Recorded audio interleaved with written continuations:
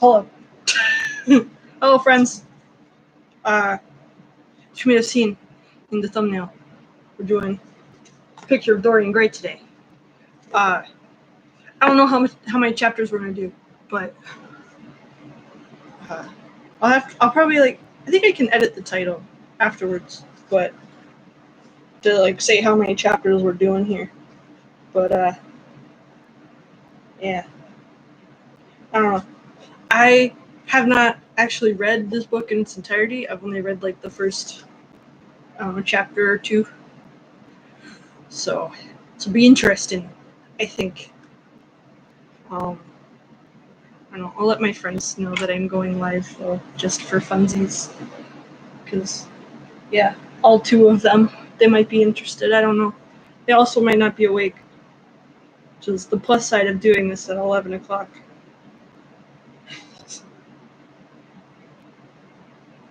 If I kept the Facebook app on my phone, I keep uninstalling it because I tell myself I don't need it, So, but we'll see. So, hello, friends. Hello, comrade.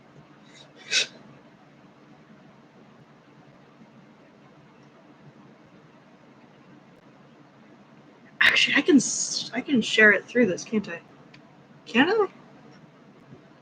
Or did I miss my opportunity? I may have missed my opportunity. Never mind. Oh, no, there's a thing right here. I'm still learning how to do this, if you couldn't tell. If you hadn't noticed. So never mind. We will discard that. Yeah, because I can do it right here. Hello, friends.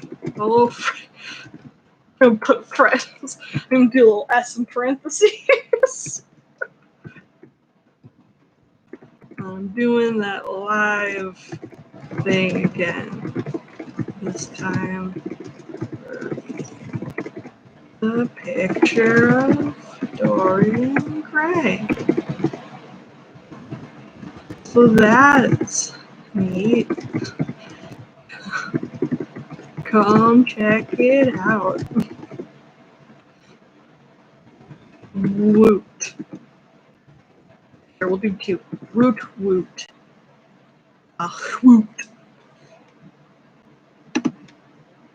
Yeah, Okay. So that has been done. I think. Did it go through? I don't know how things work. Yeah, we're just gonna bull swass for a couple of minutes if friends wanted to join. But yeah. Hope everyone's doing okay. I've had an okay week. Aside from yesterday. Yesterday wasn't the greatest. But yeah.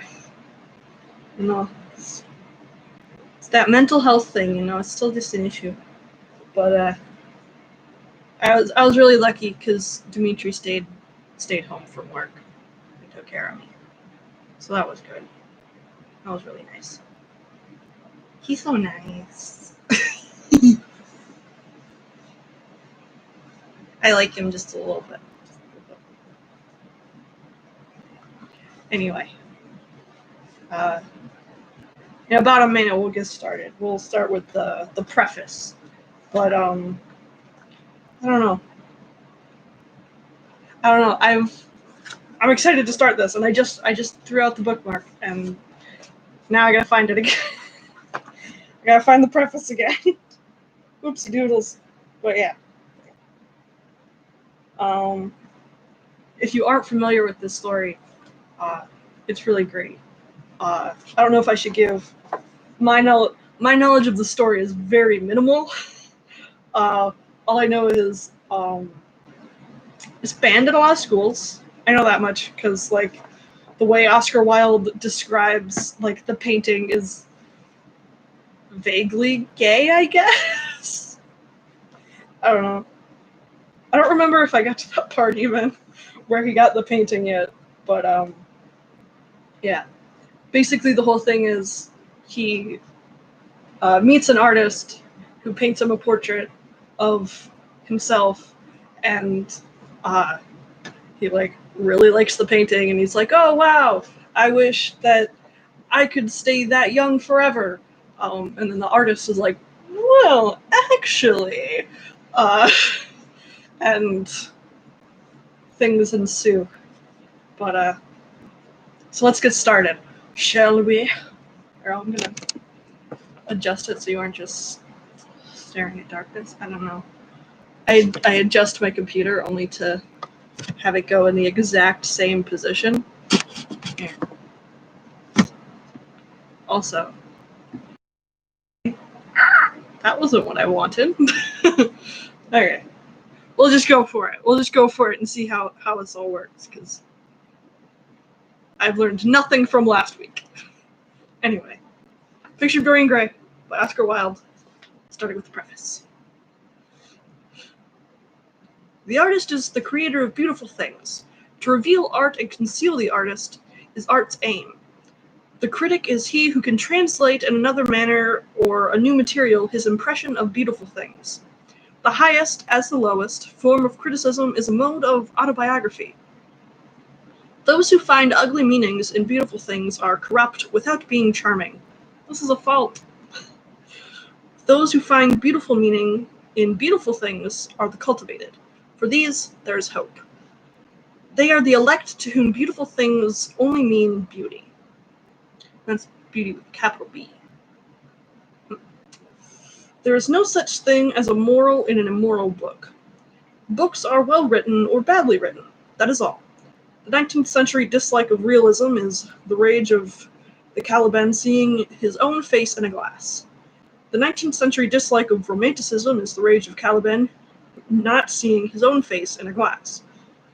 The moral life of man forms part of the subject matter of the artist, but not the morality of art. Oh, sorry. The moral life of man forms part of the subject matter of the artist, but the morality of art consists in the perfect use of an imperfect medium. No artist deserves to prove anything. Even things that are true can be proved. No artist has ethical sympathies. An ethical sympathy in an artist is an unpardonable mannerism of style. No artist is ever morbid. The artist can express everything. Thought and language are to the artist instruments of an art. Vice and virtue are to the artist materials of an art. From the point of view of form, the type of all the arts is the art of the musician. From the point of view of feeling, an actor's craft is the type. All art is at once surface and symbol. Those who go beneath the surface do so at their peril. Those who read the symbol do so at their peril. It is the spectator and not life that art really mirrors. Diversity of opinion about a work of art shows that the work is new, complex, and vital. When critics disagree, the artist is in accord with himself. We can forgive a man for making a useful thing as long as he does not admire it. The only excuse for making a useless thing is that one admires it intensely. All art is quite useless. Oscar Wilde. Now, Chapter 1. Huzzah. The studio was filled with the rich odor of roses, and when the light summer wind stirred amidst the trees of the garden, there came through the open door the heavy scent of the lilac, or the more delicate perfume, the pink flowering thorn. From the corner of the divan of Persian saddlebags on which he was lying, smoking, as was his custom, innumerable cigarettes, Lord Henry Wotton could just catch the gleam of the honey-sweet and honey-colored blossoms of a laburnum, whose tremulous branches seemed hardly able to bear the burden of a beauty so flame-like as theirs. And now and then the fantastic shadows of birds in flight flitted across the long, silk curtains. I'm gonna show you this word, and I'm gonna ask you to tell me how the heck you think it's pronounced. It's like just too sorry. Oh, great, it's backwards. So there's Tussore. To soar? We're gonna go with that. So let's start over here.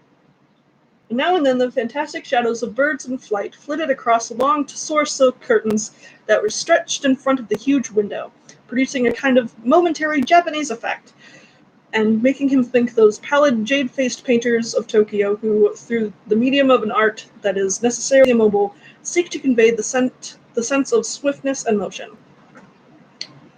The sullen murmur of the bees shouldering their way through the long, unmown grass, or circling with monotonous insistence round the dusty, gilt horns of the straggling woodbine, seemed to make the stillness more oppressive. The dim roar of London was like the burden note of a distant organ. This was certainly a choice to read. In the center of the room, clamped to an upright easel, stood the full-length portrait of a young man of extraordinary personal beauty, and, in front of it, some little distance away, was sitting the artist himself, Basil Hallward, whose sudden disappearance some years ago caused, at the time, such public excitement and gave rise to many strange conjectures. As the painter looked at the gracious and comely form he had so skillfully mirrored in his art, a smile of pleasure passed across his face and seemed about to linger there. But he suddenly started up, and, closing his eyes, placed his fingers upon the lids, as though he sought to imprison within his brain some curious dream from which he feared he might awake. "It is your best work, Basil, the best thing you have ever done," said Lord Henry languidly. "You must certainly send it over to the governor. To the Grosvenor? Grosvenor. The Academy is too large, too vulgar.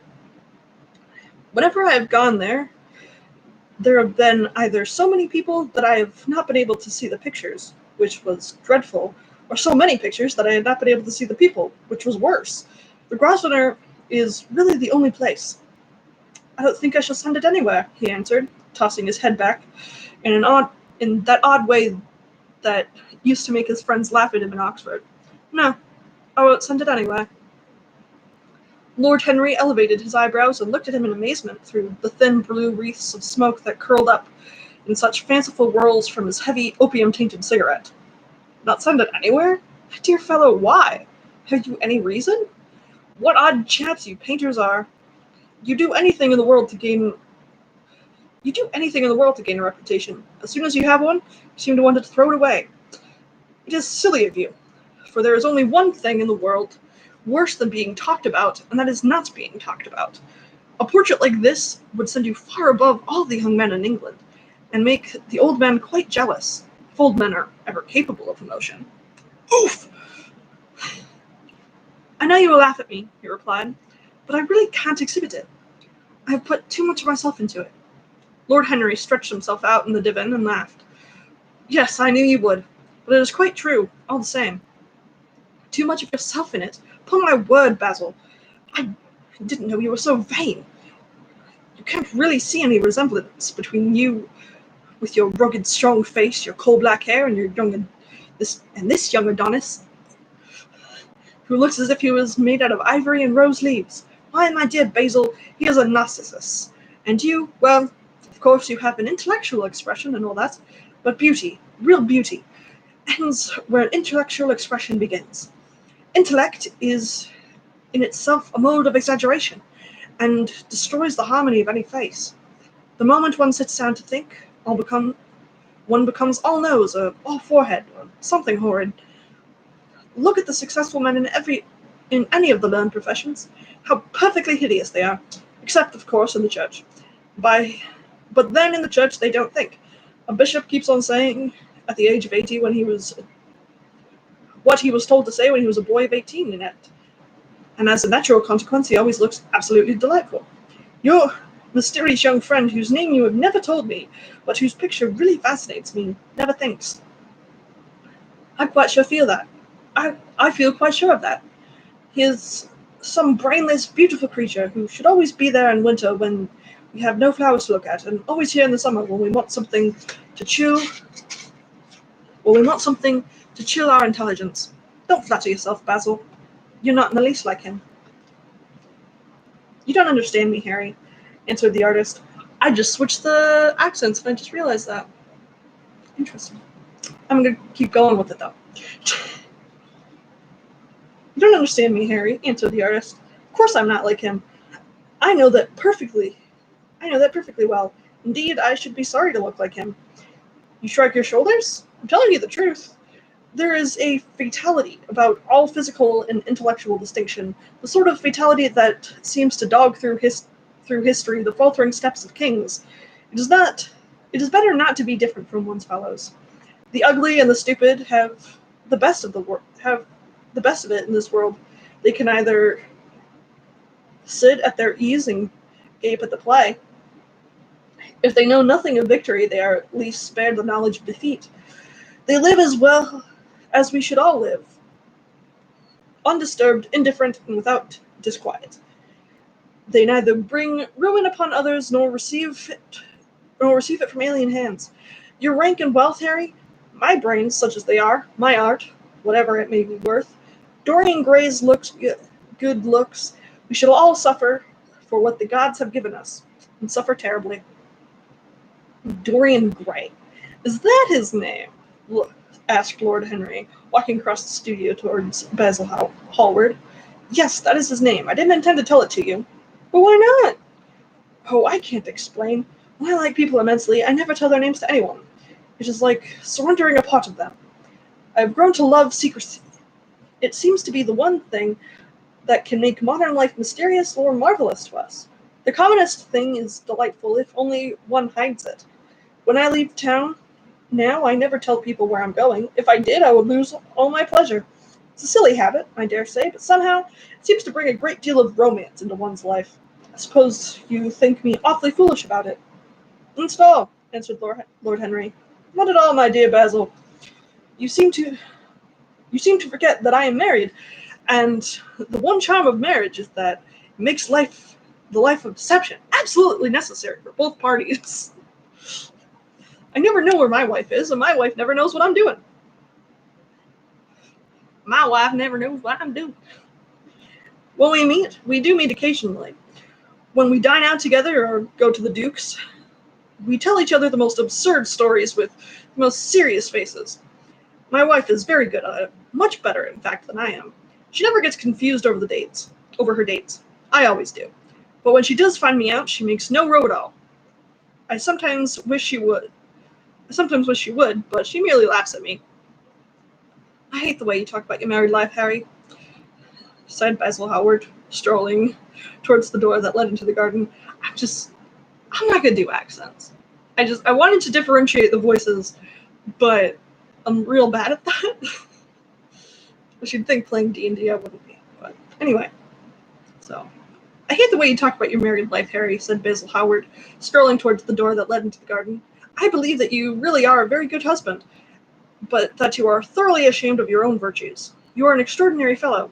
You never say a moral thing, and you never do a wrong thing. Your cynicism is simply a pose. Being natural is simply a pose, and the most irritating pose I know, cried Lord Henry, laughing.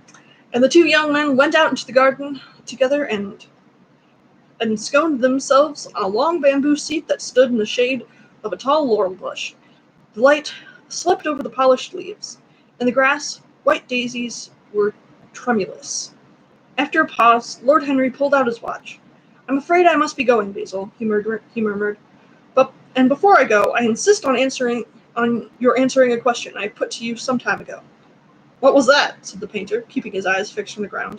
You know quite well. I do not, Harry. Well, then I will tell you what it is. I want you to explain to me why you won't exhibit Dorian Gray's picture. I want the real reason. I told you the real reason. No, you did not. You said it was because there was too much of yourself in it. Now, it's childish. Harry, said Basil Hallward, looking him straight in the face, every portrait that is painted with feeling is a portrait of the artist, not of the sitter. The sitter is merely the accident, the occasion. It is not he who is revealed by the painter, it is rather the painter who, on the colored canvas, reveals himself. The reason I will not exhibit this picture is because I am afraid that I have shown in it the secret of my own soul." Lord Henry laughed. "And what is that?" he asked. "I will tell you," said Hallward, but an expression of perplexity came over his face. "I am all expectation, Basil," continued his companion, glancing at him. "Oh, there is very little to tell, Harry," answered the painter. "I am afraid you will hardly understand it. Perhaps you will hardly believe it." Lord Henry smiled, leaning down, plucked a pink-petaled daisy from the grass and examined it. "I am quite sure I shall understand," he replied, gazing intently at the golden, white-feathered disc. "And as for believing things, I can believe anything, provided that it is quite incredible." The wind shook some blossoms from the trees, and the heavy lilac blooms, with their clustering stars, moved to and fro in the languid air.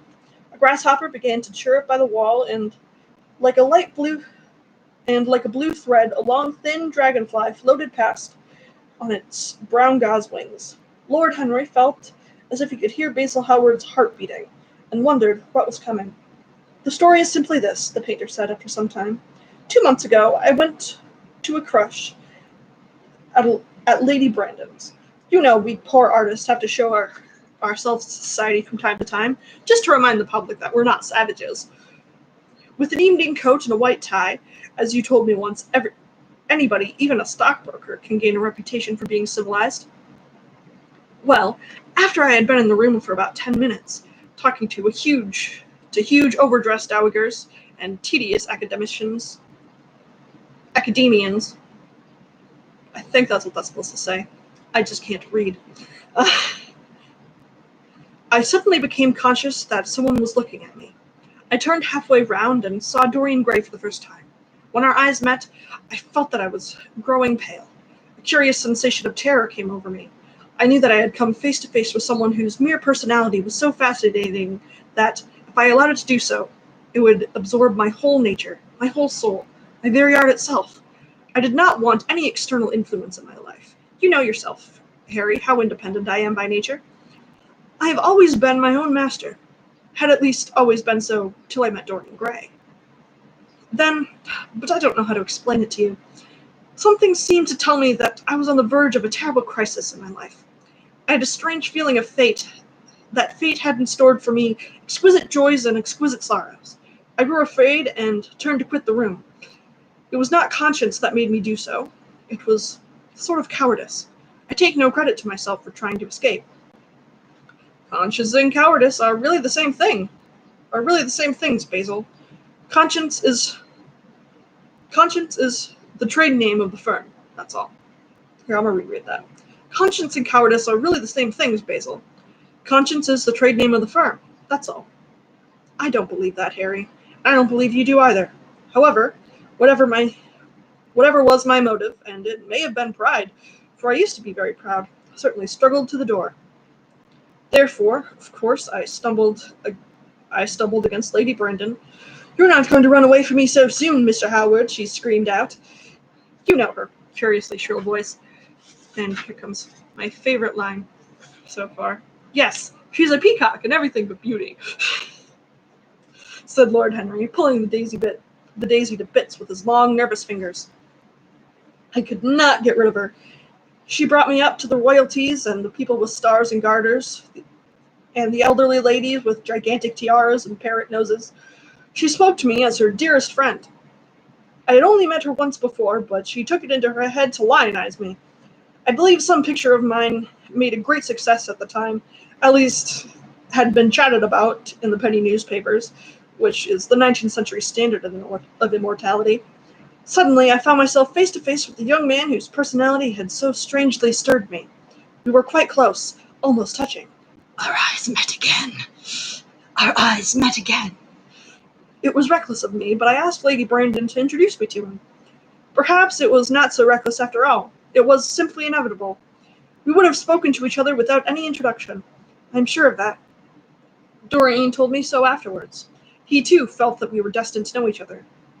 And how did Lady Brandon describe this wonderful young man? Asked his companion. I know she goes in for giving her rapid, precise. I don't know what that says. I don't read French. She goes in giving a rapid précis of all her guests.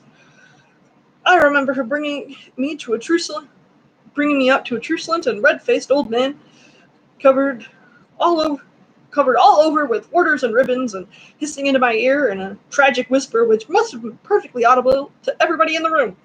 The most astounding details. I simply fled. I like to find out people for myself, but Lady Brandon treats her guests exactly as an auctioneer treats his goods. She either explains them entirely away or tells one everything about them except what one wants to know. Poor Lady Brandon. You are hard on her, Harry, said Howard listlessly. My dear fellow, she tried to found a salon and only succeeded in opening a restaurant. How could I admire her? But tell me, what did she say about Mr. Dorian Gray? Oh, something like, charming boy. Poor dear mother and I are absolutely inseparable. Quite forget what he does. Afraid he doesn't do anything. Oh yes, plays the piano. Where's the violin? Dear Mr. Gray. Neither one of us could help laughing, and we became friends at once. Laughter is not at all a bad beginning for a friendship, and it is far the best ending of one, said the young lord, plucking another daisy. Howard shook his head. You don't understand what friendship is, Harry, he murmured, or what enmity is, for that matter. You, like everyone, that is to say, you are indifferent to everyone. How horribly unjust of you, cried Lord Henry, tilting his hat back and looking up at the little clouds that, like raveling skeins of glossy white silk, were drifting across the hollowed turquoise of the summer sky. Yes, horribly unjust of you. I make a great difference between people. I choose my friend. Blah, blah, blah. There is a period there. Would you look at that? Yes, horribly unjust of you. I make a great difference between people. I choose my friends for their good looks, my acquaintances for their good characters, and my enemies for their good intellects. A man cannot be too careful in the choice of his enemies. I have not got one who is a fool. They are all men of some intellectual power, and consequently they all appreciate me. Is that very vain of me? I think it is rather vain. I should think it is, Harry, but according to your category, I must merely be an acquaintance. My dear Basil, you are much more than an acquaintance, and much less than a friend. A sort of brother, I suppose? Oh, brothers. I don't care for brothers. My older brother won't die, and my younger brothers never seem to do anything else.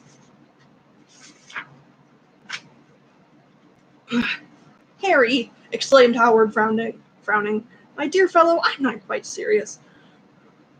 But I can't detest my relations. I suppose it comes from the fact that none of us can stand other people having the same faults as ourselves. I quite sympathize with the rage of the English democracy against what they call the vices of the upper orders. The masses feel that drunkenness, stupidity, and immortality should be their own very special property, and that if any one of us makes an ass of himself, he is poaching on their preserves. When poor Southwark got into the divorce court, their indignation was quite magnificent, and yet I don't suppose that 10% of the proletariat live correctly. I don't agree with a single word that you've said, and what is more, Harry, I feel sure you don't either. Lord Henry stroked his pointed brown beard and tapped the toe of his patent leathered boot with tasseled ebony cane. How English you are, Basil. That is the second time you've made that observation. If one puts forward an idea to a true Englishman, always a rash thing to do, he never dreams of considering whether the idea is right or wrong. The only thing he considers of any importance is whether one believes in oneself. Now, the value of an idea has nothing whatsoever to do with the sincerity of the man who expresses it. Indeed, the probabilities are that the more insincere the man is, the more purely intellectual will the idea be. As in that case, it will not be colored by either his wants, his desires, or his prejudices. However, I don't propose to discuss politics, sociology, or metaphysics with you. I like persons better than principles, and I like persons with no principles better than anything else in the world. So tell me more about Dorian Gray. How often do you see him? Just every day. I couldn't be happy if I didn't see him every day. He was absolutely necessary to me. Ooh, how extraordinary! I never thought you would care for anything but your art. He is all the art. He is all my art to me now, said the painter gravely. I sometimes think, Harry, that there are only two eras of importance in the world's history. The first is the appearance of of a new medium for art, and the second is the appearance of a new possibility for art also. What what the invention of oil painting was to the Venetians, the face of Antinous was to late Greek sculpture, and the face of Dorian Gray will someday be to me. It is not merely that I paint from him, draw from him, sketch from him. Of course I have done all that, but he is much more to me than a model or a sitter. I won't tell you that I am dissatisfied with what I have done of him, or that his beauty is such that art cannot express it. There is nothing that art cannot express, and I know that the work I've done since I met Dorian Gray is good work. It's the best work of my life. But in some curious way, I wonder, will you understand me? His personality has suggested to me an entirely new manner in art, an entirely new mode of style. I see things differently. I think of them differently. I can now recreate life in a way that was hidden from me before. A dream of form in days of thought. Who is it who says that? I forget. But it is what Dorian Gray has been to me. The merely visible presence of this lad, for he seems to me a little more than a lad, though he really is over 20, a mere visible presence. Ah, I wonder, can you realize all that means? Unconsciously, he defines for me the lines of a fresh school, a school that I have in all the passion of the romantic spirit, all the perfection of the spirit that is Greek, the harmony of soul and body. How much that is! We in our madness have separated the two, and have invented a realism that is vulgar, an ideality that is void. Harry, if you knew what Dorian Gray is to me, you remember that landscape of mine for which Agnew offered me such a huge price, but which I would not part with? It is one of the best things I have ever done. And why is it so? Because while I was painting it, Dorian Gray sat beside me. His subtle influence passed from him to me, and for the first time in my life I saw in the plain woodland the wonder I'd always looked for and always missed. I need water.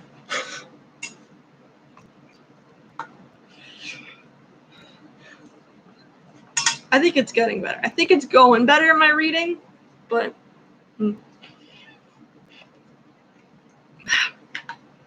part of me does this just so I can get used to talking, you know.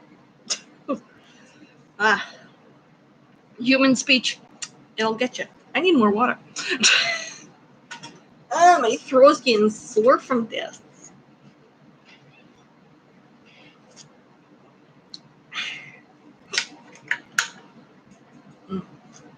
Anywho.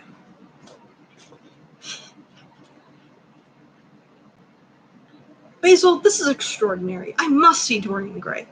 Howard got up from the seat and walked up and down the garden. After some time he came back.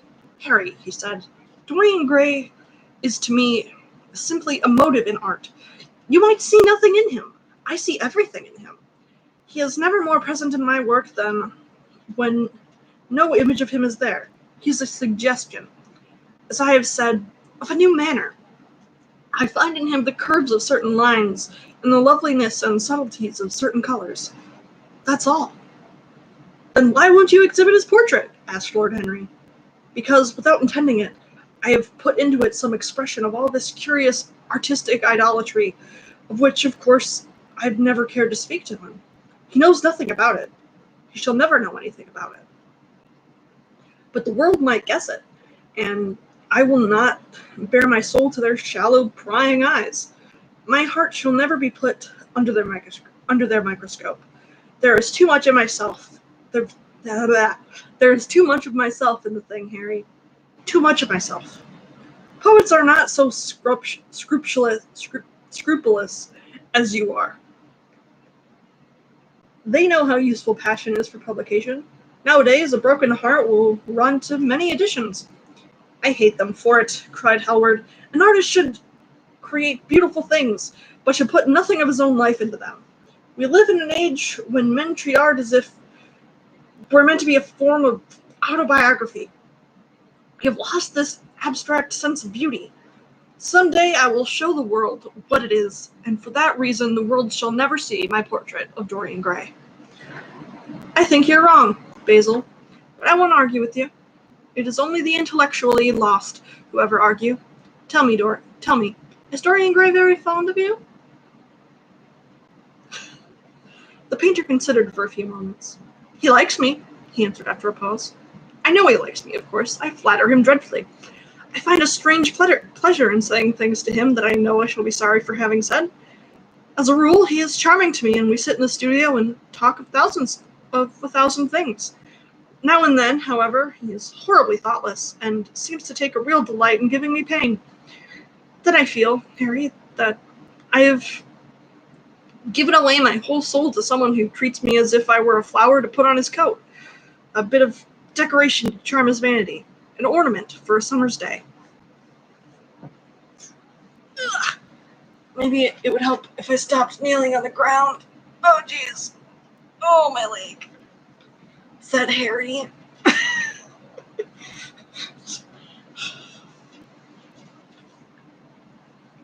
Days in summer, Basil, are apt to linger, murmured Lord Henry.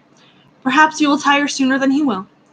It is a sad thing to think of, but there is no doubt that genius lasts longer than beauty. That accounts for the fact that we all take such pains to overeducate ourselves. In the wild struggle for existence, we want to have something that endures. And so we fill our minds with rubbish and facts in the silly hope of keeping our place. The thoroughly well-informed man, that is the modern ideal. The thoroughly well-informed man, that is the modern ideal. And the mind of the thoroughly well-informed man is a dreadful thing. It's a bric-a-brac shop, all monsters and dust, with everything priced above its proper value. I think you will tire first, all the same. Someday you will look at your friend, and he will seem to you to be a little out of drawing, or you won't like his tone or color or something.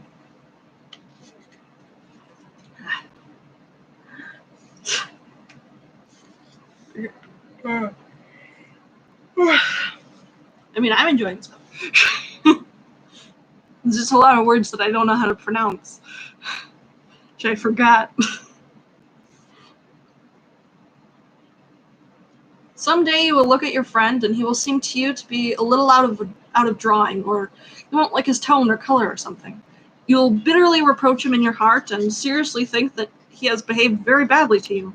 The next time he calls, you will be perfectly cold and indifferent. It will be a great pity, for it will alter you. What you have told me is quite a romance of art, one might call it. And the worst thing of having a romance of any kind is that it leaves one so unromantic.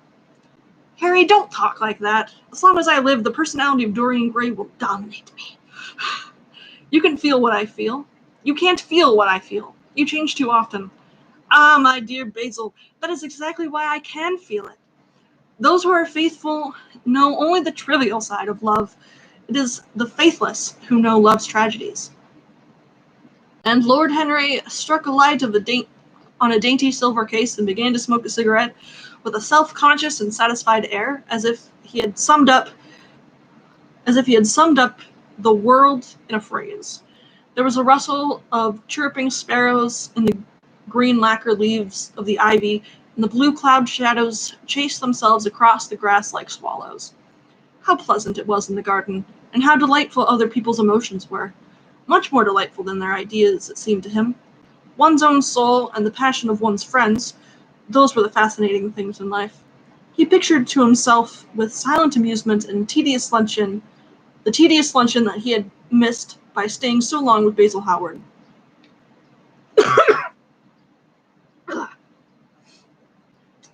Had he gone to his aunt's, he would have been sure he would have met Lord Goodbody there, and the whole conversation would have been about the feeding of the poor and the necessity of the and the necessity for model lodging houses, not logging houses. Each class would have preached the importance of those virtues for whose exercise there was no necessity in their own lives. The rich would have spoken of the value of thrift, and the idle grown eloquent over the dignity of labor. It was charming to have escaped all that. As he thought of his aunt, an idea seemed to strike him. He turned to Howard and said, "My dear fellow, I've just remembered." "Remembered what, Harry?" "Where I heard the name of Dorian Gray." "Where was it?" asked Howard with a slight frown. "Don't look so angry, Basil." "It was at my Aunt Lady Agatha's. She told me she had discovered a wonderful young man who was going to help her in the East End, and that his name was Dorian Gray. I am bound to state that she never told me he was good-looking. Women have no appreciation of good looks. At least, good women have not. She said that he was very earnest and had a beautiful nature. I at once pictured myself a creature with spectacles and lank hair, horribly freckled and tramping about on huge feet. I wish I had known it was your friend." "I'm very glad you didn't, Harry." "Why?" "I don't want you to meet him." "You don't want me to meet him?" "No." "Mr. Dorian Gray is in the studio, sir," said the butler, coming into the garden. "You must introduce me now," cried Lord Henry, laughing. The painter turned to his servant, who stood blinking in the sunlight. "Ask Mr. Gray to wait, Parker. I shall be in a few moments." The man bowed and went up the walk. Then he looked at Lord Henry. "Dorian Gray is my dearest friend," he said. "He is a simple and beautiful nature. Your aunt was quite right in what she had said of him. Don't spoil him. Don't try to influence him. Your influence would be bad. The world is wide and has many marvelous people in it. Don't take away from me the one person who gives to The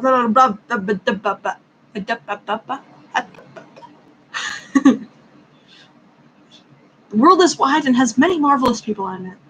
Don't take away from me the one person who gives to my art whatever charm it possesses. My life as an artist depends on him. Mind, Harry. I trust you."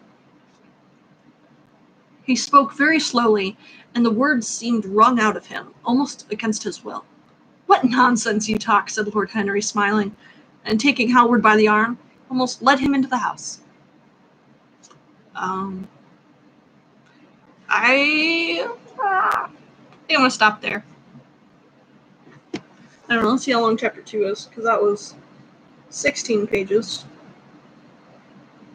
And my throat is very sore. About the same amount. Yeah. I'm going to stop. At least for now. Who knows? Maybe I'll do these more often in the week, not just on Fridays. I don't know. As long as I don't wake up screaming in the middle of the night like yesterday. Yeah. Yesterday was a little rough.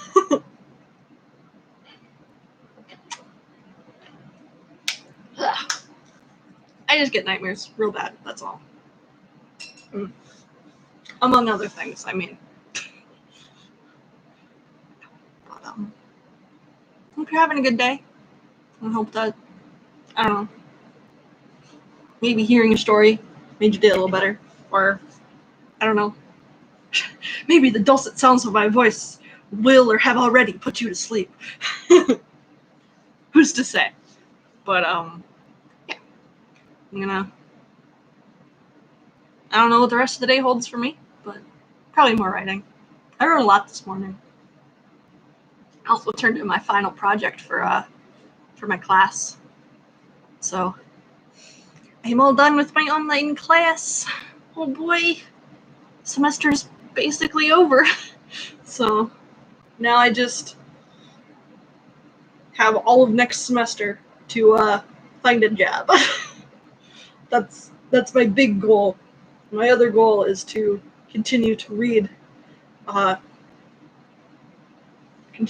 books on here. I don't know. I might ask around and whoever watches this to give me feedback on how they thought this went, because I might choose a different book. One with easier words to pronounce. Because one of the big reasons is because I get nervous when I read. But for some reason, I wasn't as nervous reading this. But I'm just like, ooh, this has big font. And with big font, I should be able to read a little easier when I get nervous. Because when I get nervous, everything gets very blurry. And so it's easier to read with bigger font. Because my eyes are garbage. But, I don't know. I could read a different book. But I don't know. For now, we'll just stick with Dorian Gray. I will read chapter 2 sometime next week. Or maybe even later today. I'll do 2 live streams. It'll be weird. But yeah. Also, there's the microphone that I completely forgot to plug in. So there's also that. That might make it a little easier to hear. So I also have the AC going because I came back from my walk and it was real heckin' warm in here. So we'll see. We'll see how it goes. But for now, that is all. I recommend, if you want, read ahead or something, or I don't know, find the book for yourself. It's probably on. I'll always mention this. Project Gutenberg. If you just like search in Google Project Gutenberg, it's great. They have a whole bunch of books. Like I keep telling myself I'm gonna read The Invisible Man. I found a copy of The Invisible Man on Project Gutenberg. It's mostly like public domain stuff, which makes sense because that is a little slightly more legal. But yeah. See you later. It's been fun. I'll see you next week. Maybe maybe I'll do like a Monday, Wednesday, Friday thing. Do it like a class. We'll just read a chapter together and it'll be great. But yeah. My throat is very sore. So I should work on that, or just hydrate more maybe before I do these streams. I don't know. But I'll see you later. See you later, friends.